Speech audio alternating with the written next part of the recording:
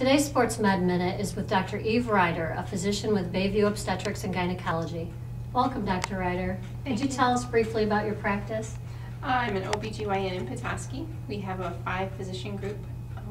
We see, obviously, women's health anywhere from adolescence to perimenopause, and a large part of our practice is obstetrics. Okay. On average, how many women come to seek your advice prior to planning a pregnancy? Not a significant amount come just for planning, but we usually catch those women in reproductive years when they're in for their yearly, and we start discussing it then. Oh, good. If you have somebody that comes to your office and brings it up, it's something that they're seeking your advice on, and you're not proactively at the time bringing it up, what sort of advice do you offer them on lifestyle changes or planning their body for a pregnancy? The biggest part of it, usually lifestyle-wise, tends to be exercise and diet. Do you want me to give you a few of those? Yes, please. Okay. We usually, as far as diet's concerned, talk about there's a period prior to being pregnant, about 3 months to 4 months, where it's recommended that you begin changing your diet as far as adding calcium, adding vitamin D, getting on a prenatal supplement that has extra folic acid in it, avoiding high mercury type foods, which include fish from different regions, and making sure that those are just so many times a week, which is usually 2 to 3 times a week. And doing that prior to actually conception has shown significant benefits. How about exercise? What sort of other lifestyle changes do they need to make as far as exercise or maybe smoking?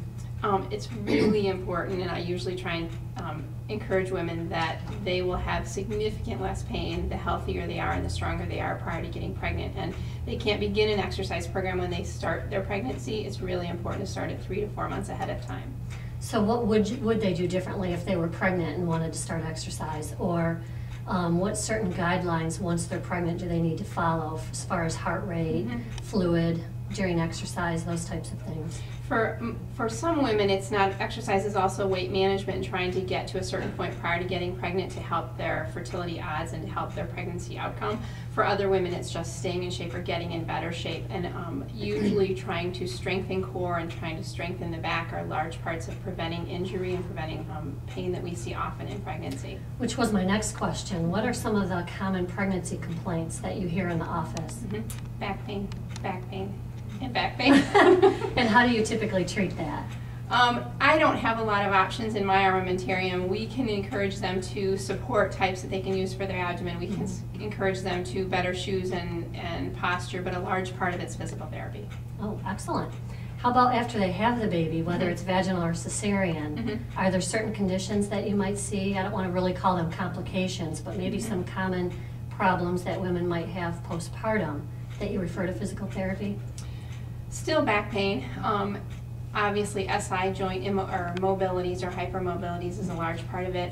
Some edema and varicosities, and trying to get them exercising and better muscle strength below inactive is going to help prevent that. Yep. How about beyond the childbearing years, other gynecological situations that you treat in the office? What are some of those? A large part of our practice now is doing procedures in the office, which tends to be really a monetary savings for patients as well, but we treat anything. Perimenopause is a large part of it. We're very preventative orientated, and trying to encourage patients to exercise and activity is something we do every day. Okay. Well, as a woman and a mother, what particular piece of advice would you offer women when choosing an OB-GYN? And are you currently taking new patients? Our practice never turns down obstetrics. We are accepting new patients. As far as looking for a physician, I think it's not only the physician and their availability as far as when they're available after hours if you need something or there's an emergency, but it's also the hospital they're associated with and the care that you need and the acuteness of care available. Okay. Thank you. Any other pearls you would like to share? Okay. Well, join us in 3 weeks for the next Sports Medicine Minute.